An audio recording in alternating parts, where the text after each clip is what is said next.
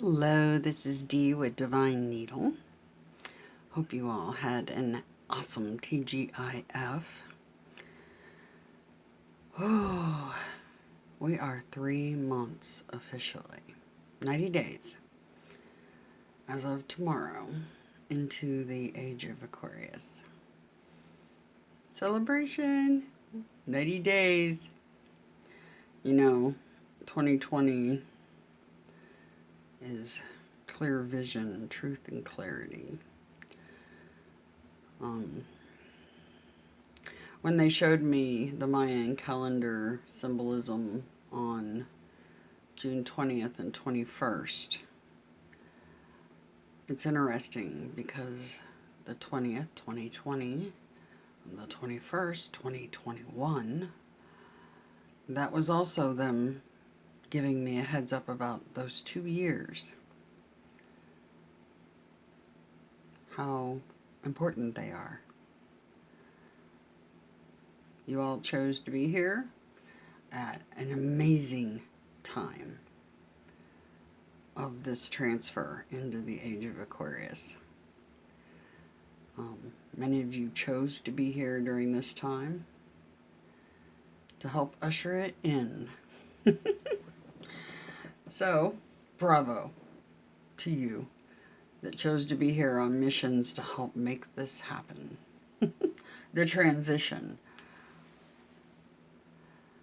to where true balance is achieved between not just the males and the females, true balance,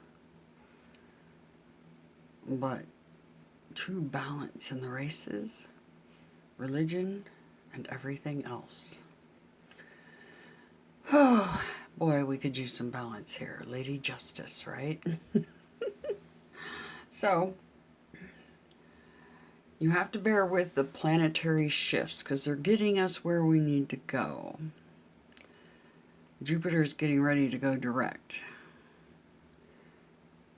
That is really good. So with it comes gifts. You guys have been through a lot and you need to get a little something back, right? So hang in there. Gifts are on their way. For those of us that have been doing the hard work, right? So, this reading is for Saturn Day, September the 19th, 2020. The numbers are very interesting. 919. 919. 2020. The repeating, mirroring numbers, right? Huh. Anyway,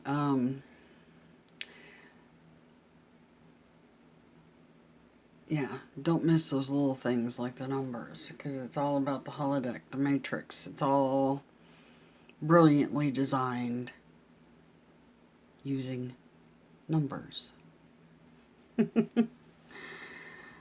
Oh. All right, 3 months in.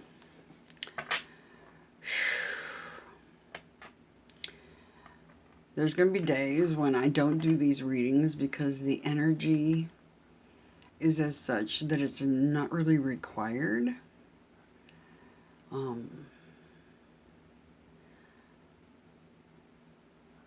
So I'm going to do it when I'm prompted to do it, when I feel some energy coming in or some energy that's off.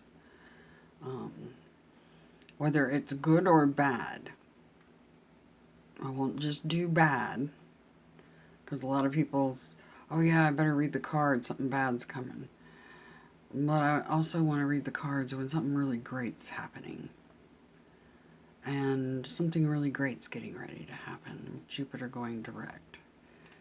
And I can feel it. It's not here yet, but I can feel it coming. And it's good. It's not a bad thing.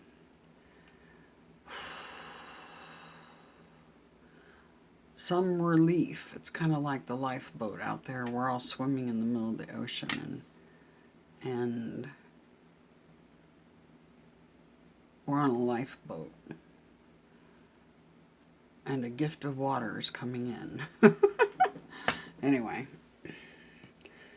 So, let's see what's going on for our 3-month anniversary for the Earthbound Devas. What's the overall energy for tomorrow? Day 90.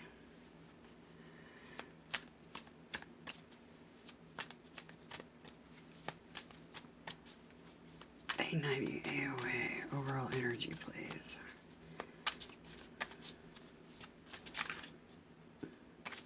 They're getting squirrely.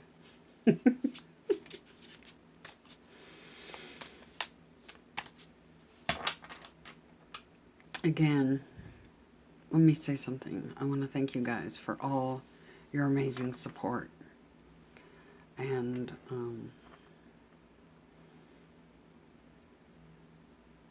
all the love that you show to Nell and I.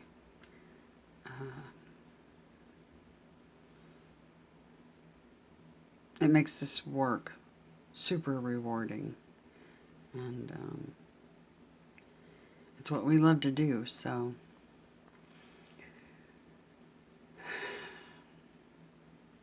I just hope we can keep it up. It's been a struggle. All right. Here we go. And the overall energy pops right out. And here we are, Age of Aquarius, Apocalypse. It's the overall energy for Saturn Day. Or as we know, these readings can drift a few days, so Judgment.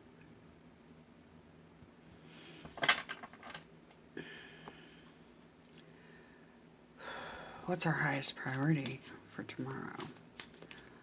What's our highest priority for tomorrow?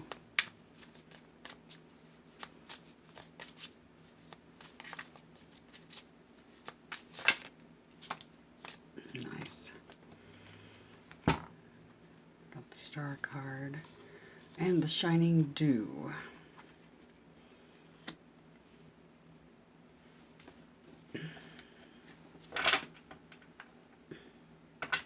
Oh, look who's on the bottom of the deck. The one that keeps being up here in the bottom.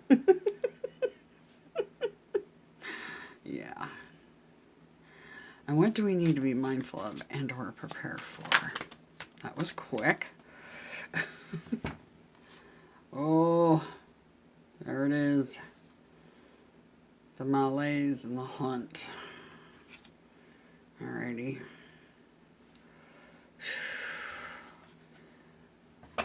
Okay, Necromancer on the bottom energy.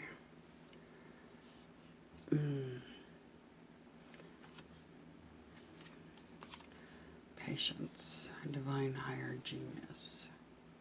Temperance, right? Alright.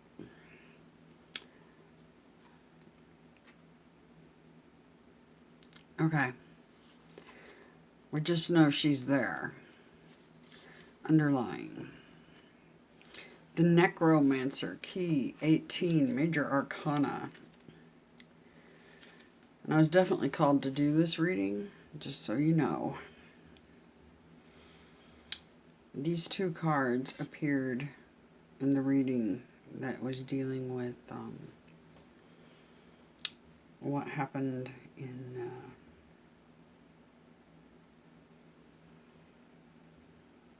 why am I drawing this proverbial blank? That means something. Why am I drawing a blank?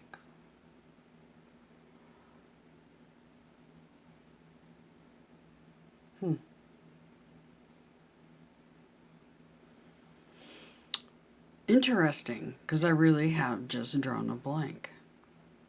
That's not like me. Huh. Taking the words out of my head. Weird. All right. Let's get on with the reading. And let's pretend I didn't draw the blank. Okay. The Necromancer. When key 18 appears to you, the matter at hand is steeped in ambiguity. You cannot rely on superficial impressions. Instead, trust your psychic responses. The Necromancer appears to help you see beyond physical perception. This is the spirit of your own imagination, an imagination that shines now so that the truth can be illuminated. The Necromancer appears when you are coming toward the crossroads of having to endure through a dark night of the soul. Yeah, it sure would look that way with these two cards. I'm much mindful of and prepare for. The Necromancer will be your guide and ally through the darkest night.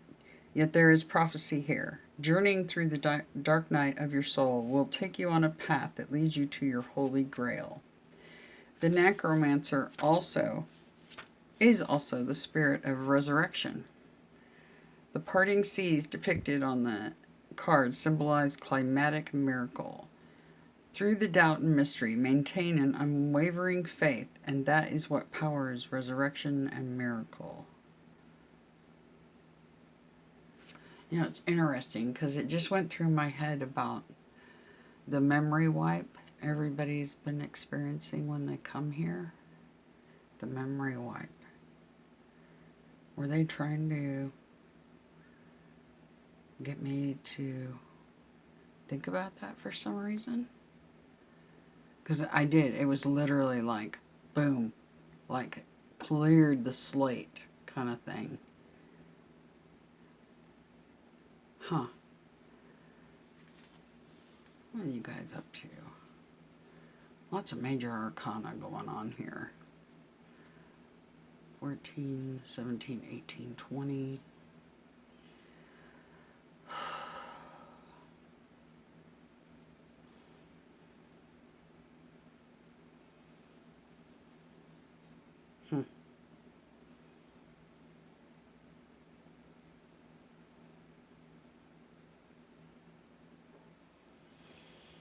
Don't know. Something about the memory wipe is really standing out. Alright. They do everything for a reason, so take note. Take note. Because that doesn't happen to me. That is extremely rare. I mean, it wasn't just...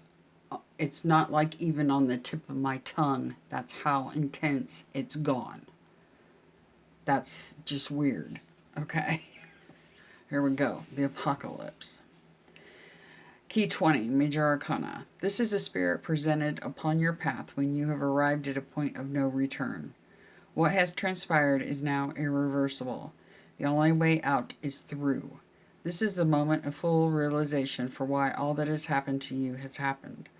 The Apocalypse is a spirit of revelation, when the answers that were hidden before are now obvious. This is the Alpha and the Omega, the beginning and the end. When the Apocalypse card appears in divination with other cards, it adds an emphasis of significant spiritual importance to those other cards. Pay closer attention when Key 20 is present. The Apocalypse is a mythic personification of an event horizon. This is a space-time in which no event that comes subsequent can affect the outcome, because all that could have affected it has either transpired or not transpired. The Apocalypse card appears when you have crossed the boundary of where the gravitational pull over you is such that turning back is impossible. No turning back.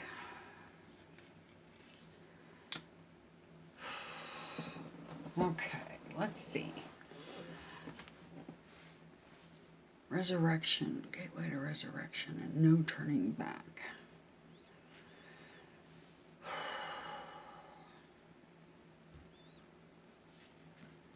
Key 17, the healer. This is the star card.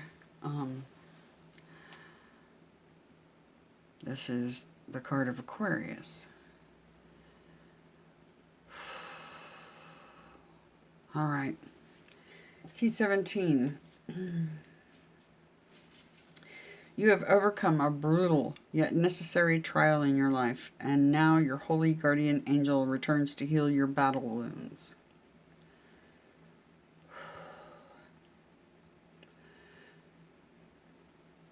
The healer appears to mend what was broken. Capax D, capable of receiving the divine. The mind is formed in the image of God, and in that it is capable of divinity. Your capacity of holding divinity within you is now being revealed. The goblets pour forth hope and faith. Hope and faith in yourself that you are capable of greatness. Key 17 is the star of the Magi, and when the healer appears to you, the fragments of your broken world will be healed. This is an omen of restoration, of rebuilding, salving, and alleviating your pains. When the healer is making her presence known to you, it is a prophecy that a blessing is soon to be conferred.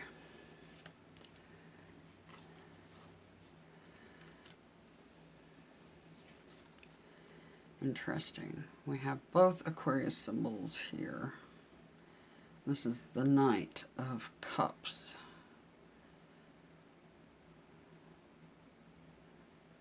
Okay, the Shining Dew.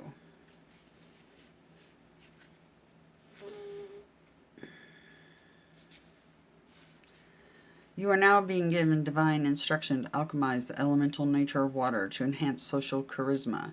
Transmuted water helps you decelerate, slow down your frantic movements, find your calming center, and reflect.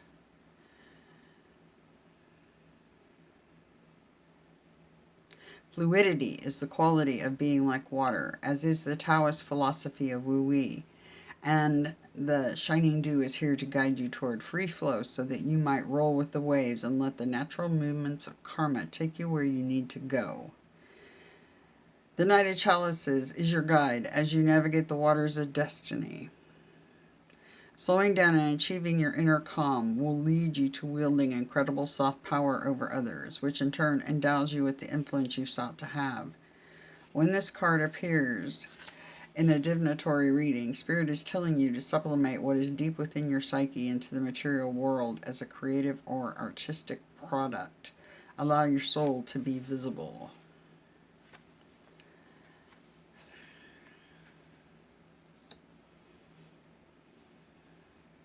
Some sort of wish fulfillment coming forward via communication. Somebody has a full cup and they're bringing it to you. It's a wish fulfillment. Provides hope, faith, and healing.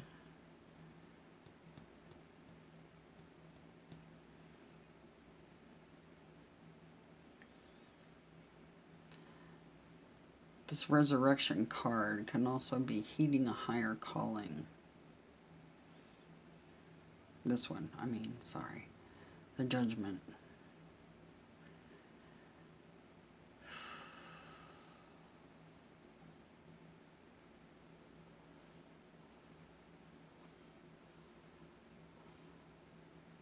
Huh. All right, what to be mindful of and prepare for. Yikes. The Malaise, 9 of Scepters.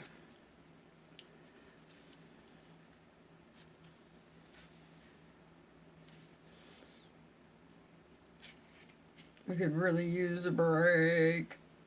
The malaise is the questioning of purpose and why we suffer. It is the wearing away of vitality and innocence when we've seen too much suffering in this physical world. When the spirit of the malaise appears to you, engage in grand strategy. Summon all your power within you and direct it outward now. The 9 of Scepters is a spirit of great strength. This is also the personification of malaise, reflecting back at you so you can see clearly your own feelings of debility or weakening health. This is a spirit of despair, pessimism, and cynicism. Do not reduce yourself to feelings of apathy. Feeling feelings and passions, even when they hurt, are necessary gauntlets to overcome so that wisdom and transcendence might be obtained. Note the resilience of the figure in the imagery. The 9 of Scepters is a powerful key against debility, weakening, or despair. The malaise appears to remind you of the powerful defensive magic you are capable of conjuring to protect yourself and to revitalize what has been depleted. The malaise can be a sign that you need to take better care at shielding yourself. The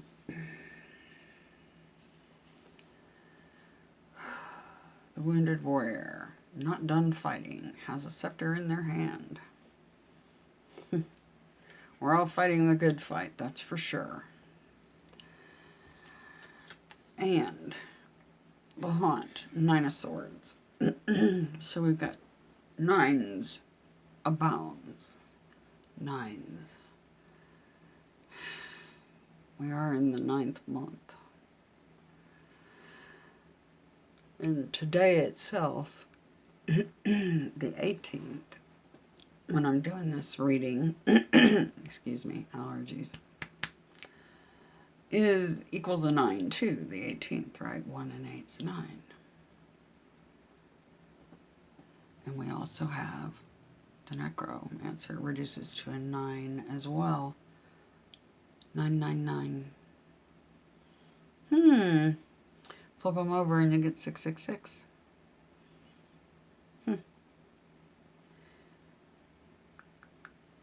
And key 20, which it's interesting because 2020 is the age of Aquarius, the age of enlightenment, 2020 vision, and the key 20 is the apocalypse card, where all things that were hidden were once brought to light, or brought to light. Once hidden are brought to light. Huh. Interesting, right? How the numbers work. All right, the haunt. Restful sleep eludes a figure who sits upright in a bed, face buried in hand, in slight fetal position. The astrological glyphs of planets and signs stitched into the bedding signify the fate, circumstances, and consequences of your own action that you now lie in, or inaction. This is also how you feel. You are haunted and bound by your fate. Behind the slatted wall of swords is a dark horned shadow. The shadow is the haunt. The background is the illusion of space, a seemingly endless, spacious, checkered room, emblematic of hermetic duality, that leads through the archway to an endless hall. As Aleister Crowley calls it, this is the cathedral of the damned. This is anxiety personified. Anxiety about what the future holds, because at least for the moment your perception of your present is bleak. And yet what the imagery of the 9 of Swords card reflects back to show you is that your perception is an illusion of space. You feel despair over the cruelty in this world, and you are not wrong. But you are wrong about your helplessness. The haunt is the haunting of your own past actions, our inner demons that we have not resolved, our regrets, and the actions we have taken both against others and against ourselves. The haunt is also your spirit ally, and an appearance during divination made by the haunt could be a beneficent spirit detecting malefic energies or psychic poison arrows in your vicinity and alerting you to such presence.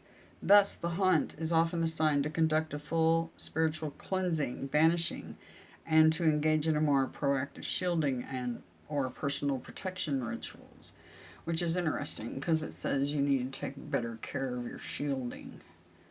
So, I have a feeling that they're giving us a heads up to shields up, so to speak. Heads up for shields up. So, do your protection rituals, make your bubbles. That's what we do. Bubbles. Bubbles are fantastic protection devices. The round shape gives you a complete coverage. The circle is definitely unbroken. Yeah, geometry. And the sacred circle, right? Okay.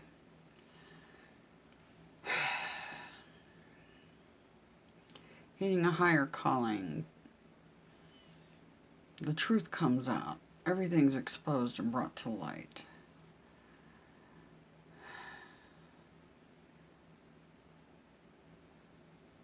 Tomorrow, or in the next few days, something is going to be brought to light. And some sort of communication comes forward, possibly about love, and some sort of wish fulfillment. And take care to protect yourselves and your surroundings. Okay. I knew I was called to this reading for a reason. I'm still trying to figure out the mysterious mind wipe. Because everything else I can access, but the name of the place that had the explosion on the dock, I don't know why. I'm just completely... Why did I just hear the word Jordan? Anyway. There you go. Hope you all have a fantastic Saturn day. And do make sure you do your bubbles, do your rituals for self-protection and blocking. Because those two cards together, they are very indicative that there are people that would love to do you harm. But take heed, they can't. It's all about knowing and power, right?